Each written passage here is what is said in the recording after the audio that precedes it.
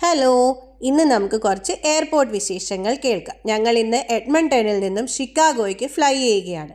എയർപോർട്ടിനകത്ത് ഇതുപോലെ ചോക്ലേറ്റ് പോലെ ഇരിക്കുന്ന കുറേ സീറ്റ്സ് കണ്ടു. അപ്പോൾ ഞങ്ങൾ അതിൻ്റെ ഫോട്ടോസ് എടുത്തു. കുറച്ചുകൂടെ നടന്നപ്പോൾ ഈ ക്രിസ്റ്റൽ അംബ്രല്ലാസും കണ്ടു. എനിക്ക് അംബ്രല്ല ആയിട്ടാട്ടോ തോന്നിയത്. അപ്പോൾ ഞാൻ അതിൻ്റെ ഫോട്ടോ എടുത്തു. പിന്നീട് നമ്മൾ ഫ്ലൈറ്റിനകത്ത് കയറി.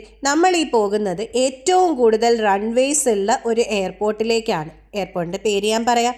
ഇത് യുണൈറ്റഡ് എയർലൈൻസിൻ്റെ ടെർമിനലാണ്. ഈ ടെർമിനലിനകത്തൂടെ വന്നത് നന്നായെന്ന് ഞങ്ങൾക്ക് തോന്നി. കാരണം എന്താണെന്നല്ലേ, ഇതാണ് കാരണം. സ്കൈ ഈസ് ദ ലിമിറ്റ് എന്നായിരുന്നു ഇതിൻ്റെ പേര്. ഇത് ഒരു നിയോൺ ആർട്ട് ഇൻസ്റ്റലേഷൻ ആണ്. ഞങ്ങൾ അവിടെ നിന്ന് കുറച്ച് നേരം നോക്കി എന്താണ് ആക്ച്വലി സംഭവിക്കുന്നതെന്നൊക്കെ. പിന്നെ ഞങ്ങൾ അവിടെ നിന്നൊരു ഫോട്ടോ എടുത്തു.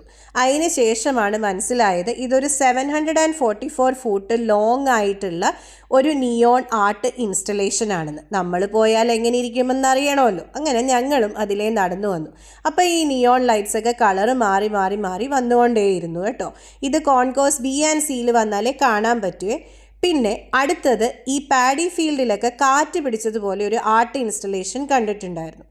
ഇതാണ് ഞാൻ പറഞ്ഞ എയർപോർട്ട്. അമേരിക്കയിലെ ഏറ്റവും ബിസിയസ്റ്റ് ആയിട്ടുള്ള എയർഫീൽഡ് ആയിട്ടുള്ള ഷിക്കാഗോ ഓഹെയർ ഇൻ്റർനാഷണൽ എയർപോർട്ട്.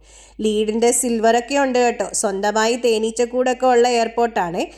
പക്ഷേ ഇതായിരുന്നു അതിനകത്ത് ഏറ്റവും ബെസ്റ്റ് ആർട്ട് ഇൻസ്റ്റലേഷൻ.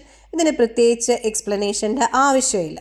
പിന്നെ അവിടുന്ന് ഞങ്ങൾ വണ്ടി എടുത്തിട്ട് അടുത്ത 2-3 ദിവസത്തേക്ക് ഞങ്ങളുടെ ട്രാവൽ പാർട്ട്ണറാണ്.